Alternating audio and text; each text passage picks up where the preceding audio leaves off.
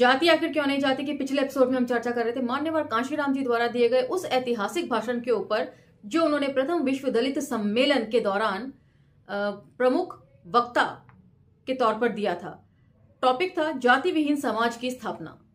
उसके तहत वे कई सारे महत्वपूर्ण बिंदुओं को हमारे सामने रखते हैं, जिसमें से पिछले एपिसोड में हमने कुछ बिंदुओं को डिस्कस किया था, जिसमें सबसे महत्वपूर्ण थे कि आजाद भारत में वे कौन 3 लोग हैं जिन्होंने जाति को बतौर शस्त्र के तौर पर इस्तेमाल किया। जिसमें सबसे पहले वे नेहरू का नाम लेते हैं, उसके बाद श्रीमती गांधी का और अंत में स्वयं का। उसके बाद वे चर्चा करते हैं भारतीय शरणार्थियों की, जो दरअसल गांव से उठकर जुल्म से सताए हुए लोग हैं जो शहरों में आकर अपना ठिकाना बनाते हैं। उनके विस्थापन को लेकर वे चर्चा करते हैं कि उनके विस्थापन को लेकर कोई सरकार जो है वो तवज्जो नहीं देती है और उसी को उन्होंने हथियार के तौर पर इस्तेमाल किया है। उसके बाद वे चर्चा करते हैं कि बसपा के गठन की क्यों जरूरत पड़ी और उसके उद्देश्य क्या हैं और कैसे जाने अनजाने में ही बसपा को चमारों की पार्टी कहकर कांग्रेस ने खुद लोकप्रिय बना दिया। लेकिन यहां पर सबसे महत्वपूर्ण तथ्य जो वे बताते हैं अपने भाषण के दौरान वो ये कि पहले जो काम कांग्रेस कर रही थी उसके बाद कम्युनिस्ट पार्टियों ने किया और अब भाजपा वही काम कर रही है। तो यदि आज मान्यवर कांशीराम होते तो वे जरूर कांग्रेस को ना मानकर भाजपा को अपना विरोधी मान रहे होते। तो अब हम चर्चा को यहां से आगे लेकर चलते हैं। तो चलिए मेरे साथ। जय भीम, मैं शालिनी और आप देख रहे हैं अंबेडकर नामा। चलिए लेख की तरफ बढ़ते हैं और पहला टॉपिक आज का है महाराष्ट्र का सबक। आज यहां महाराष्ट्र से आए कई लोग मौजूद हैं। मैंने इन लोगों से काफी कुछ सीखा है। अंबेडकर मूवमेंट चलाने के लिए आधा सबक मैंने बाबा साहब अंबेडकर से सीखा और बाकी का आधा सबक मैंने महाराष्ट्र के महारों से सीखा। बाबा साहब से मैंने यह सीखा कि मूवमेंट किस तरह चलाया जाना चाहिए। महाराष्ट्र के महारों से मैंने यह सीखा कि मूवमेंट को किस तरह नहीं चलाना चाहिए।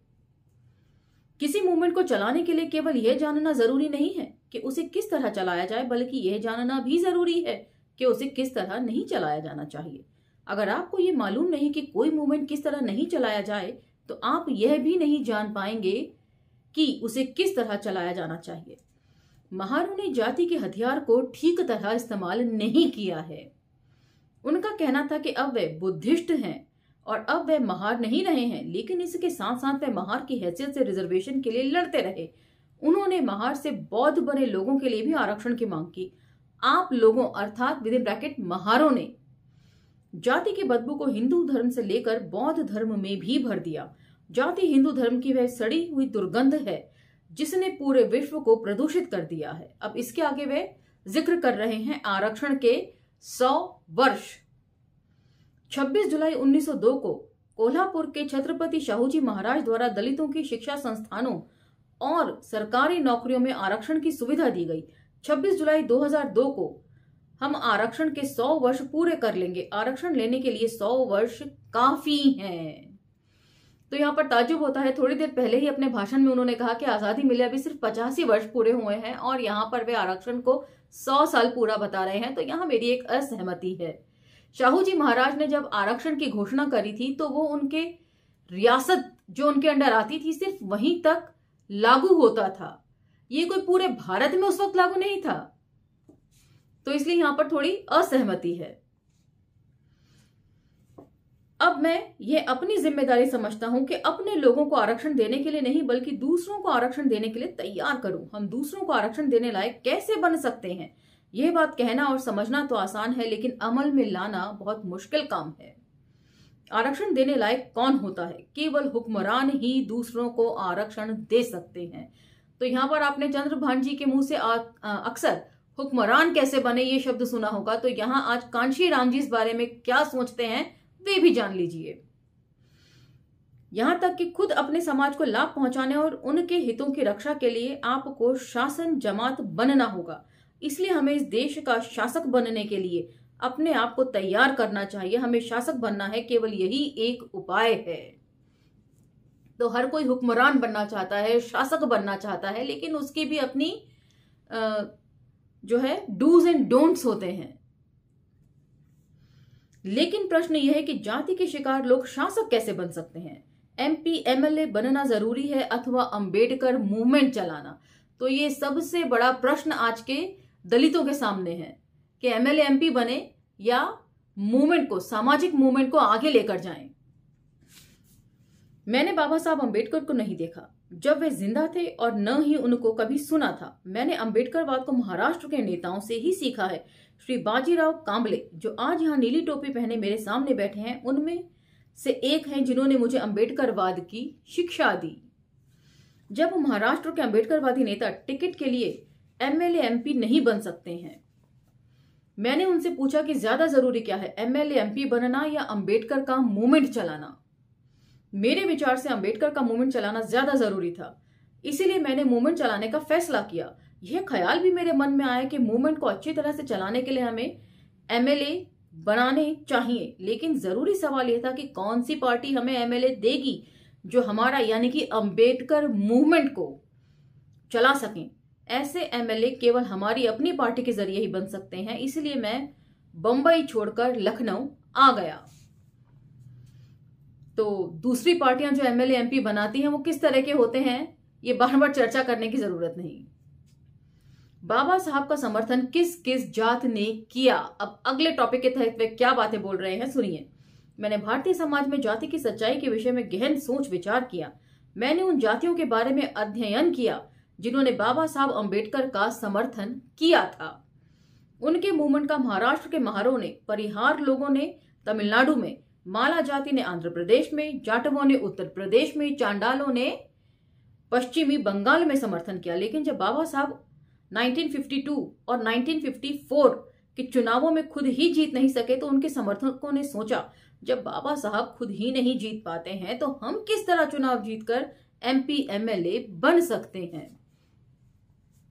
उसके बाद मैंने बाबा साहब की चुनावी जीत के बारे में भी विचार किया। सन 1946 में बाबा साहब बंगाल के जयसौर और खुलना सीट से खुद चुनाव जीते।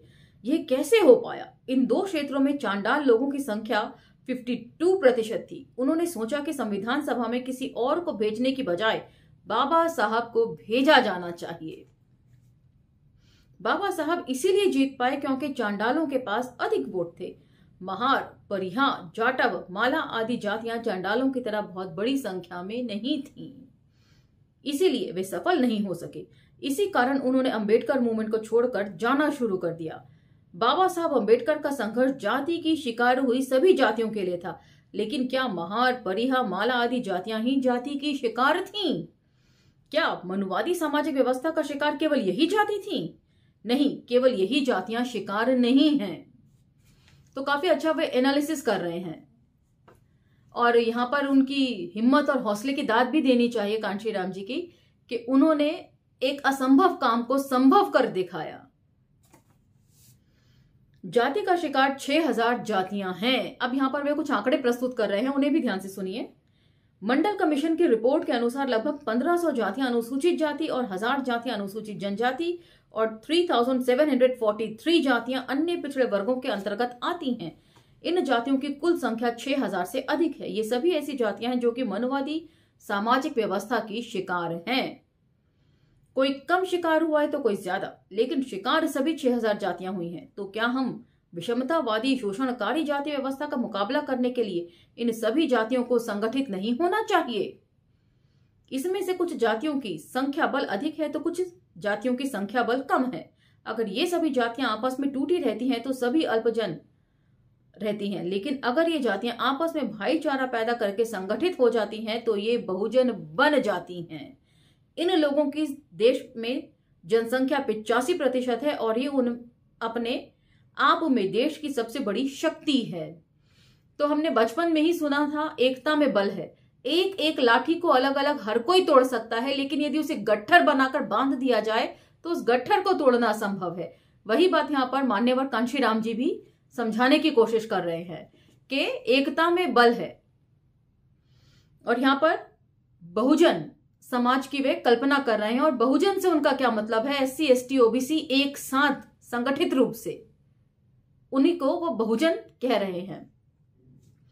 बहुजन समाज में आपसी भाईचारा पैदा होना जरूरी है। अगला टॉपिक, जिस समय बहुजन समाज पार्टी की स्थापना की गई थी, यानी कि 14 अप्रैल 1984, उस समय देश में बहुजन समाज का निर्माण नहीं हुआ था।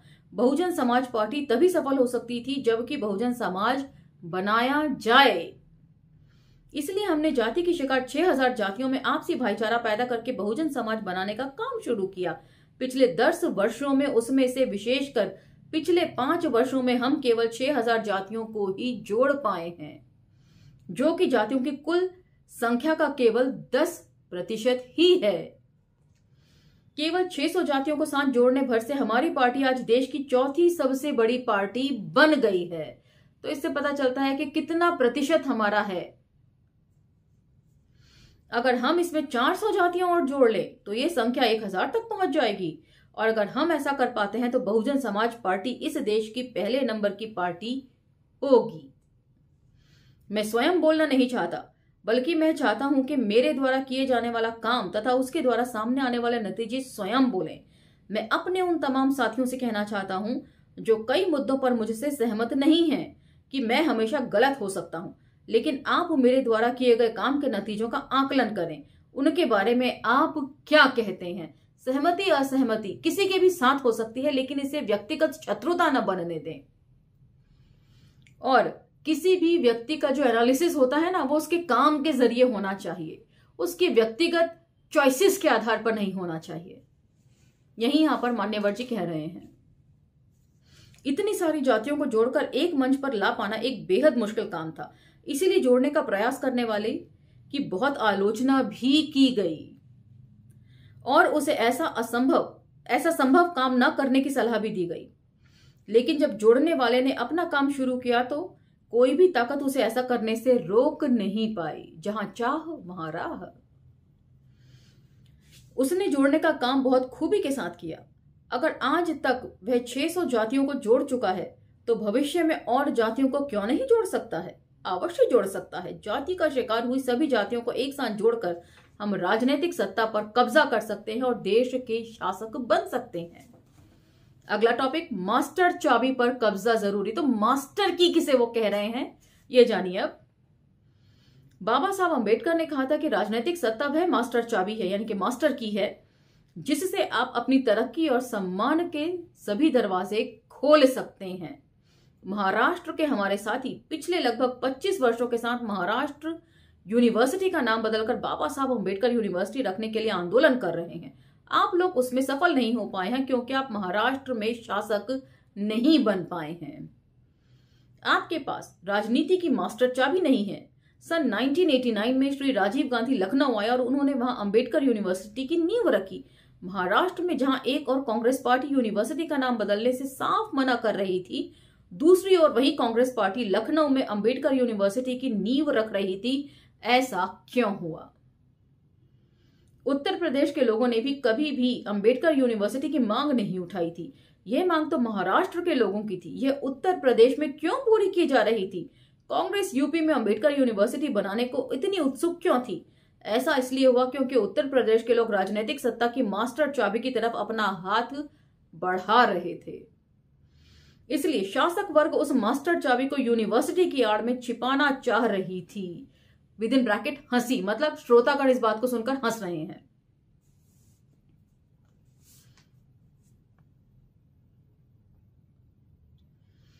उत्तर प्रदेश में सत्ता की मास्टर चाबी हासिल करके हमने एक नहीं कई यूनिवर्सिटियां बनाई, जिसके लिए महाराष्ट्र के कई लोग कई वर्षों से आंदोलन कर रहे थे। सन 1994 में हमने कानपुर में शाहू महाराज यूनिवर्सिटी की आधारशिला रखी। 1996 में हमने महात्मा फूले यूनिवर्सिटी की और डॉक्टर बाबा साहब अंबेडकर यूनिवर्सिटी बनाई। इसके अतिरिक्त दिल्ली के निकट नोएडा में गौतम बुद्ध यूनिवर्सिटी के लिए 200 एकड़ जमीन का अधिग्रहण भी किया।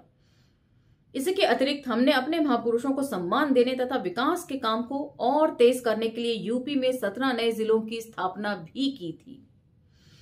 इससे साफ जाहिर होता है कि आप जाति का अपने हित में इस्तेमाल करके राजनीतिक सत्ता की मास्टर चाबी को अपने हाथ में ले सकते हैं और अपने समाज को आत्मसम्मान तथा तरक्की की जिंदगी मुहैया करा सकते हैं।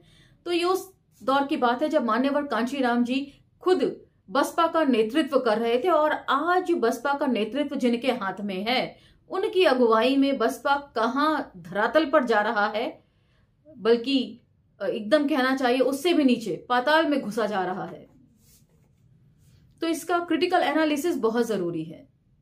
और बार बार कह रही हूं, ये क्रिटिकल एनालिसिस किसी में कमियां ढूंढना नहीं है, बल्कि कमियों पर वर्कआउट करके उसे ओवरकम करने की बात की जा रही है क्रिटिकल एनालिसिस के जरिए। तो दोनों बातों में फर्क होता है।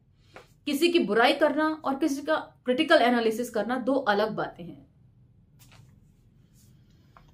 अगला टॉपिक है, हमारे समाज को अपना दलितपन छोड़ना होगा। और ये सबसे इंपॉर्टेंट है कि एक जो माइंड फ्रेम हमारा बना दिया गया है ना, उस माइंड सेट से हमको फ्री होना पड़ेगा सबसे पहले। किस तरह, ये सुनिए। मैंने अभी तक जाति के बारे में विस्तार से बोला है, अब मैं दलितों के बारे में भी कुछ बोलना चाहता हूं। मैं भारत से बाहर कम ही जाता हूं। मेरी पार्टी के लोग तथा अन्य साथी ये सोच रहे थे कि शायद मैं इस कन्वेंशन में शामिल होने के लिए न जा पाऊं, क्योंकि मैं भारत में दलितों की दुर्दशा देखकर बहुत दुखी हूं। लेकिन मैं अधिक दुखी दलितों का दलितपन देखकर होता हूं। दलितपन दलितों की सबसे बड़ी कमजोरी बन गया है। दलितपन एक प्रकार का भिखमंगापन बन गया है। जिस प्रकार कोई भिखारी कभी शासक नहीं बन सकता, उसी प्रकार अपना दलितपन छोड़े बगैर कोई समाज शासक नहीं बन सकता। मांगने वाले हाथों को विद इन ब्रैकेट अपनी हथेली को ऊपर से नीचे की तरफ पलटते हुए, मतलब ऐसे करते हुए, मांगने वाले की बजाय देने वाला बनना होगा। मतलब वो बता रहे हैं कि भिखारी की तरह से कटोरे लेके मत खड़े रहिए, बल्कि ऐसा हाथ बनिए जो भिखारी के कटोरे में डालने वाला हो। यानी कि उन्हें शासनकर्ता जमात बनना होगा। तो अब जात से जमात की ओर बढ़ना होगा। अगर आप शासक नहीं बन पाते हैं तो हमारी समस्याओं का कोई हल नहीं हो सकता। लेकिन दलित अथवा भिखारी रहते हुए आप शासक कैसे बन सकते हैं? इसीलिए आपको अपना दलितपन छोड़ना होगा। अगर आप शासक बन जाते हैं तो आपकी सभी समस्याओं का हल आप स्वयं कर सकते हैं। तो यहां पर दलितपन छोड़ने की बात कह रहे हैं और जात से जमात की ओर जाने की बात कह रहे हैं, यदि शासक बनना है राष्ट्र का। तो यहां पर मुझे याद है एक दो वीडियो पहले कोई खुशवाहा करके थे जिन्होंने बेहद ही बेहुदा सा कमेंट लिखा था। उन्होंने लिखा था कि वो शादी जो है अपनी जाति में ही करेंगे, ना सवर्ण में ना SC ST में। तो उन्हें किसने रोका है? जहां मर्जी शादी करें, ये तो व्यक्तिगत चॉइस है। तो ऐसे सोच वाले लोग जो हैं वो हमेशा अपने दलितपन में ही घुसे रह जाएंगे। वो कभी शासक की तरफ हाथ नहीं बढ़ा सकते। मनुवाद अन्य सभी वादों को नष्ट कर देता है। किस तरह, ये जानिए। अब हमारे बुद्धिजीवी अक्सर ऐसा सोचते हैं कि हमारी सभी समस्याओं का हल मार्क्सवाद, समाजवाद, साम्यवाद में है। मेरा मानना है कि जिस देश में मनुवाद मौजूद है उस देश में अन्य कोई वाद सफल हो ही नहीं सकता। कितना मतलब बढ़िया एनालिसिस कर दिया है कि मनुवाद के चलते किसी और वाद को ये पनपने ही नहीं देगा। इसलिए यह बुद्धिजीवियों का फर्ज है और मेरा भी फर्ज है कि हम मनुवाद और जाति के अस्तित्व को ध्यान में रखते हुए अपने लिए स्वयं किसी वाद की रचना करें। मनुवादी समाज के लोग अक्सर बेरोजगारी की बात करते हैं। उन्हें लगभग 1 करोड़ बेरोजगार उच्च वर्ग के सवर्णों के रोजगार को लेकर बहुत चिंता रहती है। लेकिन ये लोग 10 करोड़ भारतीय शरणार्थियों के रोजगार तथा अन्य तकलीफों को लेकर कोई चिंता नहीं दिखाते, जो कि अनपढ़ और अकुशल हैं। कि मतलब ये जो छोटी छोटी कामगार जातियां हैं, इनको स्किल्ड वर्कर्स में कन्वर्ट करने के लिए ये कोई काम नहीं करती हैं मनुवादी सोच की पार्टियां। और आज जैसा कि इसमें मान्यवर कह रहे हैं कि जो थोड़े से 1 करोड़ उच्च वर्ग के सवर्ण वर्ग के लोग जो बेरोजगार हैं उसकी बड़ी चिंता है।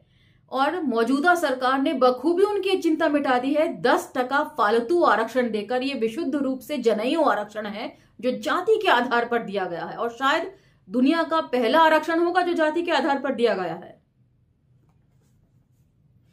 इन 10 करोड़ लोगों के बारे में कोई भी पार्टी चिंतित दिखाई नहीं देती, लेकिन ये 10 करोड़ लोग हमारे समाज के लोग हैं। इसीलिए केवल हमारी पार्टी ही उनके बारे में सोच सकती है। केवल हमारी पार्टी ही उनकी समस्याओं को हल कर सकती है। हम इस देश के शासक बनकर बहुजन समाज की सभी समस्याओं का हल आसानी से कर सकते हैं। 600 जातियों को आपस में जोड़कर इसमें भाईचारा पैदा करके आज हम देश की चौथी सबसे बड़ी पार्टी बन चुके हैं। 1000 जातियों को आपस में जोड़कर हम इस देश के शासक बन सकते हैं। मेरा पक्का विश्वास है कि अगले 3 वर्षों में इस देश की शासन शासन व्यवस्था की बागडोर हमारे हाथों में होगी और हम इस देश के हुक्मरान होंगे। तो 3 वर्षों की बात वे कर रहे हैं। बहुत छोटा सा अंतराल होता है 3 वर्ष का। 3 वर्ष तो छोड़िए, आज इस भाषण को कितने तकरीबन 20-25 साल बीत गए होंगे दिए हुए मान्यवर के इस भाषण को। और आज बसपा का क्या स्टेचर है ये किसी से भी छुपा हुआ नहीं है। लोकसभा में मात्र 15 सीटें और यूपी विधानसभा इलेक्शन में मात्र 1 सीट पर सिकुड़ गई है बसपा। तो कैसे हम बनेंगे हुक्मरान? बाबा साहब एक बात बहुत अच्छी बोलते थे कि बिना विद्या के, यदि आप बिना ज्ञान के लड़ने गए तो हार निश्चित है। और आज वही हार दिखाई दे रही है बसपा की भी। कांशीराम चमत्कार ये अंतिम टॉपिक है इस एपिसोड का। मैं अपने विचारों को दूसरों पर जबरदस्ती थोपने का पक्षधर नहीं हूं। मैं आपको सिर्फ अनुभव बता रहा हूं। इससे फायदा उठाना या न उठाना आपके अपने ऊपर निर्भर करता है। आप शासक बनकर एक जाति विहीन समाज की स्थापना करने में सक्षम हो सकते हैं। आपकी सभी समस्याओं का यही हल मैं बता सकता हूं। जाति का फायदा उठाने वाले आखिर जाति को नष्ट करना क्यों चाहेंगे? जाति के शिकार हुए लोगों को ही ये काम स्वयं करना होगा। शासक ही जाति व्यवस्था को समाप्त कर सकने में सक्षम हो सकते हैं। आप ये कह सकते हैं कि मैं असंभव सी बात कह रहा हूं, लेकिन अपनी जिंदगी में मैंने हमेशा ही असंभव में से लगने वाले कामों में हाथ डाला है और साथ ही साथ इसमें सफलता भी हासिल की है। इसी का नाम कांशीराम चमत्कार है। आज कांशीराम चमत्कार एक राष्ट्रीय स्वरूप अख्तियार करता जा रहा है। इसीलिए मेरा आपको यही संदेश है कि आप सही सोच रखते हुए एक जाति विहीन समाज के निर्माण की दिशा में आगे बढ़ें।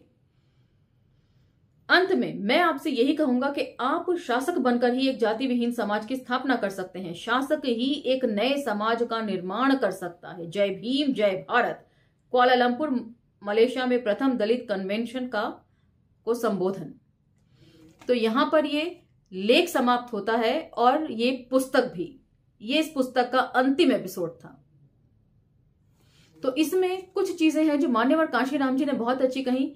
शुरू में वो कहते हैं कि जाति विहीन समाज को यदि आपको बनाना है, जाति विहीन समाज, तो उसके लिए आपको सबसे पहले तो जाति है ये मानना होगा। जाति की उपेक्षा करके कोई समाज जाति विहीन समाज नहीं बन सकता।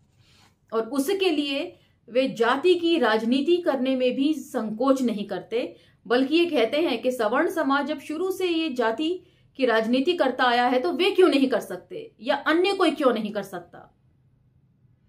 उसके बाद जिस मिशन को लेकर उन्होंने बसपा का गठन किया था, आज उससे बसपा भटका हुआ सा जान पड़ता है। इसमें वे महज 3 साल का जिक्र कर रहे हैं, जिसमें बसपा को वे सबसे बड़ी पार्टी के तौर पर देखने की बात कर रहे हैं। और आज उनके इस भाषण से लेकर तकरीबन 20 से 30 साल के बाद भी बसपा की जो हालत है वो किसी से अनजान नहीं है। तो यहां पर ये लेख तो समाप्त हो गया, लेकिन आप इसके ऊपर विचार मंथन जारी रखिएगा कि किस तरीके से मूवमेंट आगे बढ़ना चाहिए और सबसे पहले क्या जरूरी है, एमएलए एमपी बनना या अंबेडकर मूवमेंट को आगे बढ़ाना। इसी के साथ मुझे आज्ञा दीजिए और अगले एपिसोड में से पहले मैं 2-3 दिन का समय लूंगी एक पुस्तक डिसाइड करने के लिए। इस बाबत यदि आपके विचार में कोई पुस्तक मुझे पढ़नी चाहिए अंबेडकर नामक के मंच से, तो वे भी हमें कमेंट सेक्शन में लिखकर बता सकते हैं।